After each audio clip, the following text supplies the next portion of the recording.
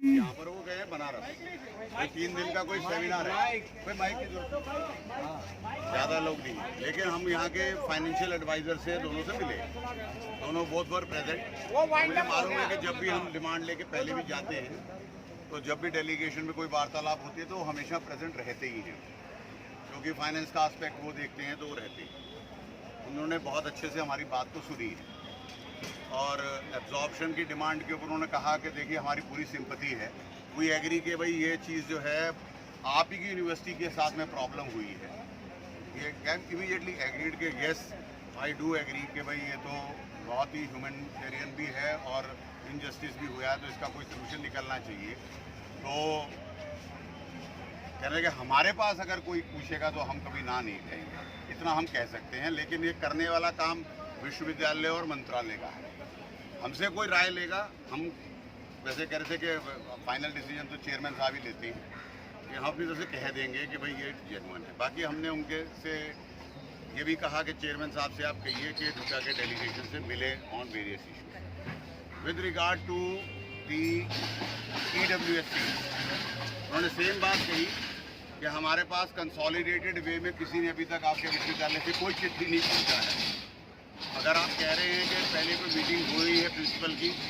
जैसे ही कंसोलिडेटेड वे में आएगा जो हमारा रोल UGC के लेवल पे बनता है हम उसको इमीडिएटली फुलफिल करेंगे। और पूछ रहे थे किसका क्या इम्पैक्ट है, एब्जॉर्प्शन का भी उन्होंने पूछा है कितना इम्पैक्ट होगा, बाकी यूनिवर्सिटीज़ के अंदर सेंट्रल यूनिवर्सिटी में कितने लोग टेम्प्रेरी एडहॉक हैं, क्या कोई अगर इस तरह का हो, तो वो सारी बातें उन्होंने जानकारी हमसे भी ली और अपने भी थॉट शेयर किए, बहुत अच्छे से इस बारे में बात की। तो ये तीसरी बात के ऊपर उन्होंने यही कहा कि कहने लगे देखिए जब तक अनाउंस नहीं हो तो चेयरमैन साहब और सेक्रेटरी हमेशा कहते ही वो लोग ये बात, लेकिन ये इन्फॉर्मेशन जरूर दिया कि एनोमली कमेटी की रिपोर्ट जो हमारे पास मंत्रालय से आई हुई है, जिसमें फाइनेंशियल एस्पेक्ट उस तरह का नहीं है, 2 तरह से बाइफरकेट हुआ, तो वो मोर और लेस रेडी है, but it is a matter of commission now. UGC only will declare those things through commission. तो in near future it is likely कि जब भी कोई कमीशन की बड़ी बैठक होगी तो हो सकता है कि उसमें वो चीज़ें आ जाएं और डिक्लेयर हो। तो ये बात के ऊपर बात करी। दूसरे में रिलैक्सेशन जो आपने PhD उसका बात करी है, हमने तो डायरेक्टर फिजिकल एजुकेशन के जिनके केसेस से पेंशन के उनके बारे में भी बात करी है। हमने और बात भी इस बारे में भी करी है कि जो पोस्टें हैं जो DP की सेंक्शन करके दी हुई हैं, जब हम डबल पर्पस करा सकते हैं तो उनको सबको कन्वर्ट क्यों नहीं आप असिस्टेंट प्रोफेसर में सेंक्शन कर देते, ताकि ये समस्या हमेशा के लिए रिजॉल्व हो जाए। तो ये सारी बातें हमने उनसे कही हैं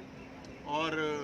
उन्होंने कहा कि हम निर्णय करने की पोजीशन में तो नहीं है, तो कहा उन्होंने, लेकिन ये कहा कि आपकी सब बात पूरी वर्बटम हम जो है वो चेयरमैन साहब को और सेक्रेटरी साहब को पहुंचा देंगे और उनसे ये भी आग्रह कर देंगे कि भाई वो टाइम मांग के गए हैं, टाइम आप उनको दे दीजिए। तो इतनी बात हुई है, मेमोरेंडम हमने जमा कर दिया है। साथियों, आप सबकी यहाँ प्रेजेंस से ही ये सब संभव हो पाता है कि कोई भी अथॉरिटी या ऑफिशियल टूटा को सुनता है। तो इसलिए आप सबकी